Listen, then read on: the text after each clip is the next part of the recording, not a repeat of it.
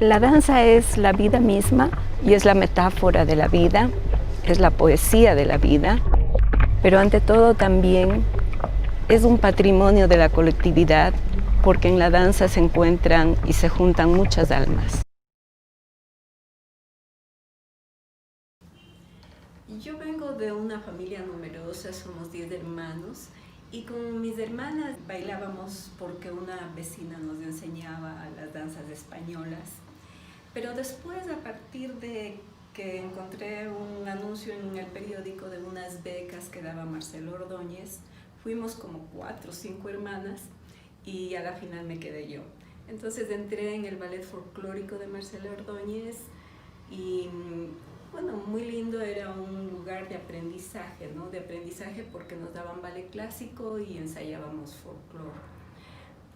Estuve hasta unos 2-3 años y después el ballet se fue a la Casa de la Cultura y en la Casa de la Cultura conocí que estaba Nora Almavera, entonces entré al ballet de Nora Almavera. Esos son mis inicios, ¿no?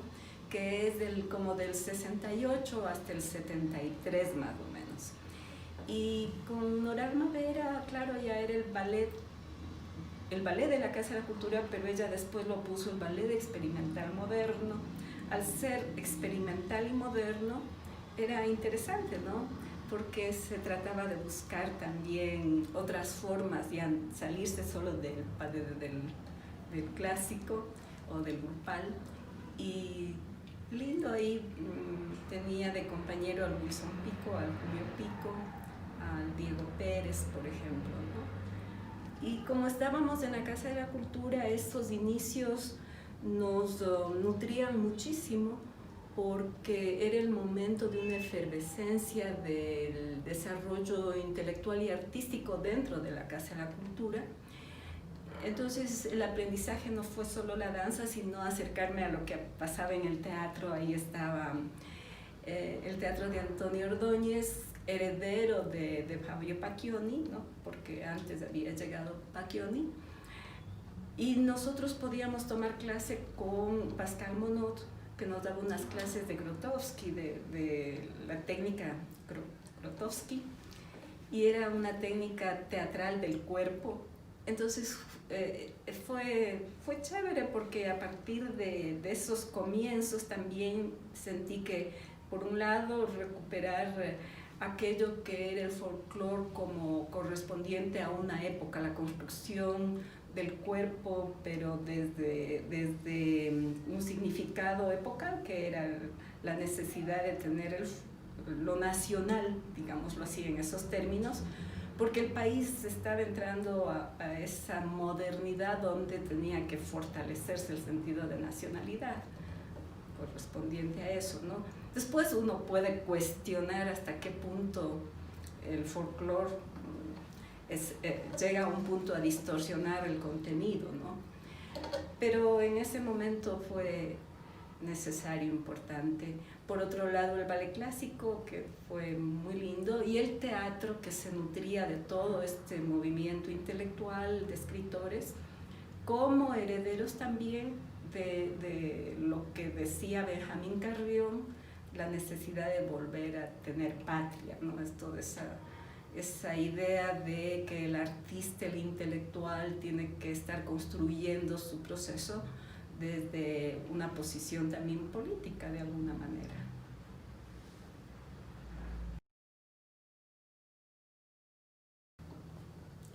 He tenido los primeros referentes, mis maestros, por supuesto, ¿no? Cuando yo fui a México, entonces mis maestros como Jaime Blanc y también Victoria Camero, en la escuela de Guillermina Bravo, y teníamos una gran maestra que era la primera bailarina de la compañía Graham, Takako Asakawa, la japonesa, ¿no? Entonces iba un poco admirando a ellos, ¿no? Pero paralelamente también ya me abría las lecturas, me gustaba la poesía, la literatura, entonces por allí también encontraba otras cosas, ¿no? Y México ofrece muchas cosas en el campo artístico, ofrece un movimiento tan amplio que otra vez yo pude estar un momento con la Ópera de Bellas Artes, entonces también eso, ¿no? Escuchar la música y tener referentes de lo que es la música, ¿no? Pero yo creo que a lo largo de lo que uno va construyendo y conociendo, entonces va admirando otros referentes. Me impresionó mucho conocer el trabajo de Doris Humphrey y Limón, porque eso de la caída y la recuperación, el arco entre las dos muertes, como dice Doris Humphrey, ¿no? En la técnica, pero con la suspensión, eso fue para mí un descubrimiento que me hizo repensar otra vez, ¿no? Ese peligro, ese cuerpo que entrara en peligro, porque el ballet y el folclore no entraban en peligro. En la técnica Graham es muy rigurosa la técnica, digamos, ¿no? Pero ese respirar y ese ir con la naturaleza, entonces fue Humphrey, ¿no? Y después conocí de sus libros sobre la composición, entonces eso fue importante. Y claro, uno va encontrando otros referentes, o sea, pues Pina Bausch o el expresionismo alemán, antes, ¿no? Courgeot, Pina Bausch, que de alguna manera uno le dice, y esto qué interesante, y uno se empieza a buscar más, ¿no? Pero también en mi vida siempre he ido conjugando con el ballet clásico, entonces, por ejemplo, la figura de Anna Pavlova me ha encantado siempre, y no porque ella sea un referente de ballet clásico en el canon, sino más bien en ese aire de bailar, en ese aire de interpretar. Yo descubría cada vez que veía los videos, ¿no? de Anna Pavlova y conocía más de su vida, lo que dice Nietzsche, ¿no? Es decir, el movimiento del cuerpo es la extensión del alma, ¿no? Porque ella tiene un aire, un halo especial. Me ha gustado eso, y también de Nureyev, ¿no? Esa energía de Nureyev. Eso quiero decir porque no solamente me he ido con la danza moderna y la contemporánea, sino que como mi propia experiencia ha sido también juntar y hacer una suma tanto en las técnicas del conocimiento de mi cuerpo como también en esos referentes, ¿no? Tanto en el instituto como en la compañía, los retos han sido que me ha tocado hacer direccionamientos desde el plano administrativo, ¿no es cierto?, de gestión administrativa. Por otro lado, la parte artística, es decir, consolidar los procesos artísticos.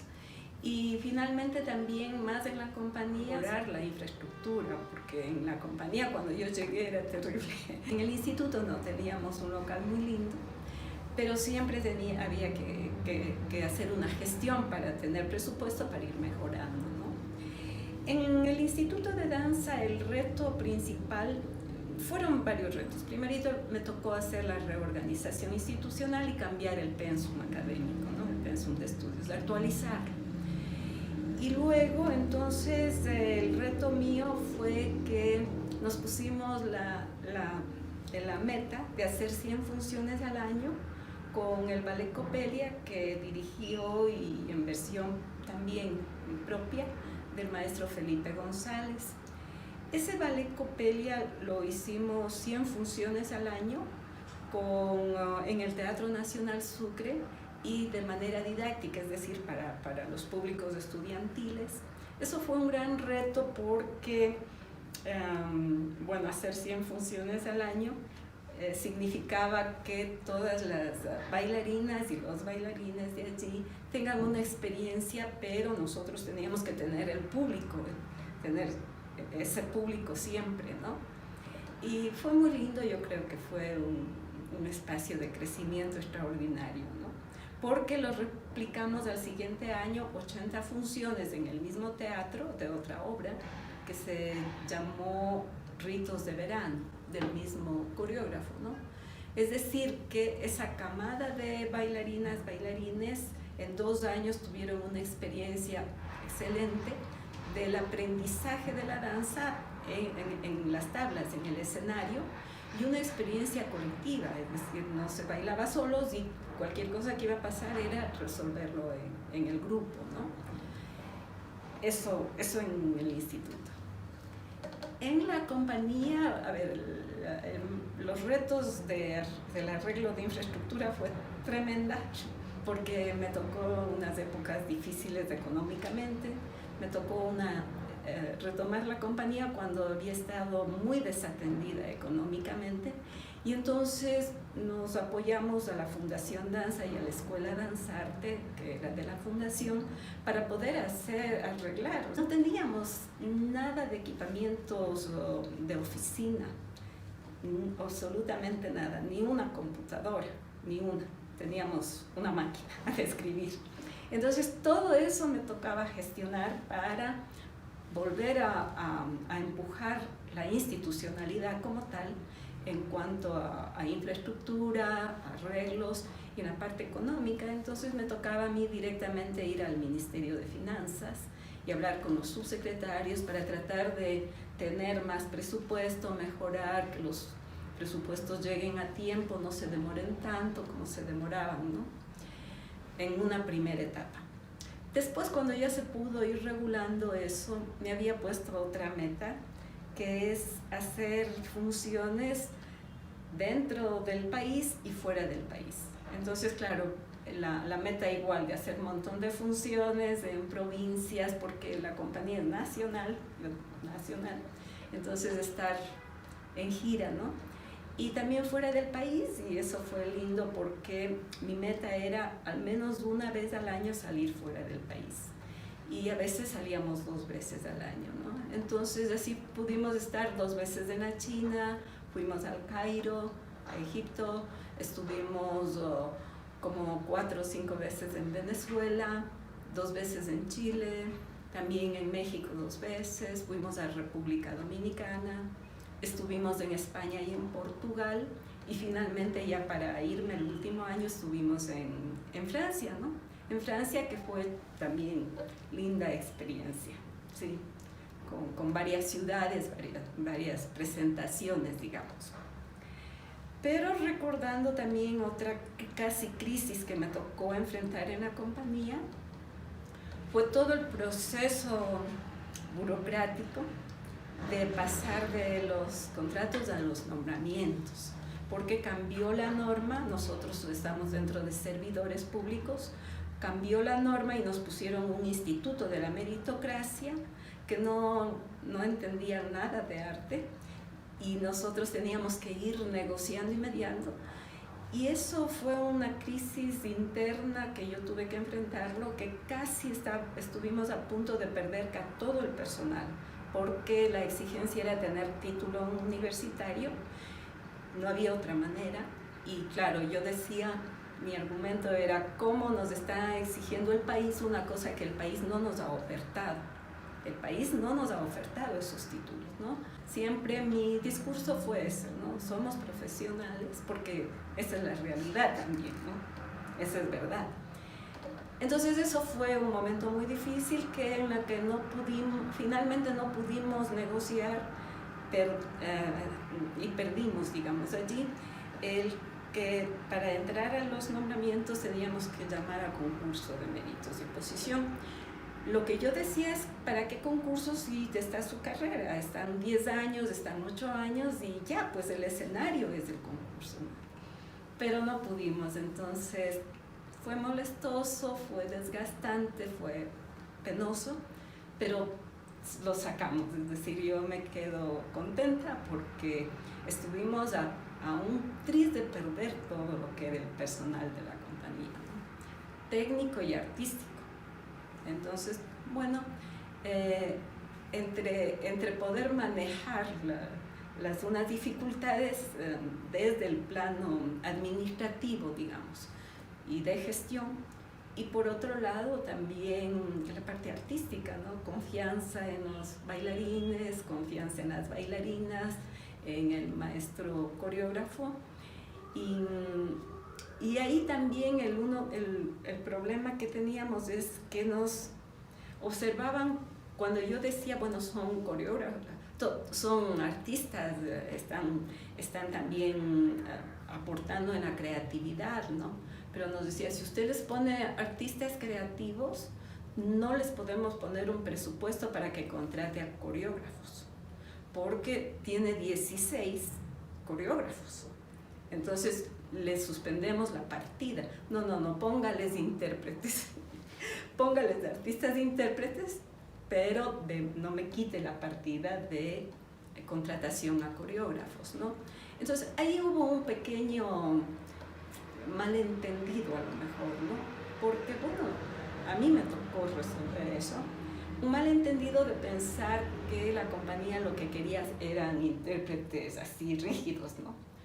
Pero esas cosas más se resuelven al interno, ¿no? Siempre hay quien está de cerca, siempre está el coreógrafo, siempre habrá un coreógrafo invitado, siempre habrá un maestro, un taller que propicie, porque el tema de ser creativos está dentro del concepto de danza moderna y contemporánea.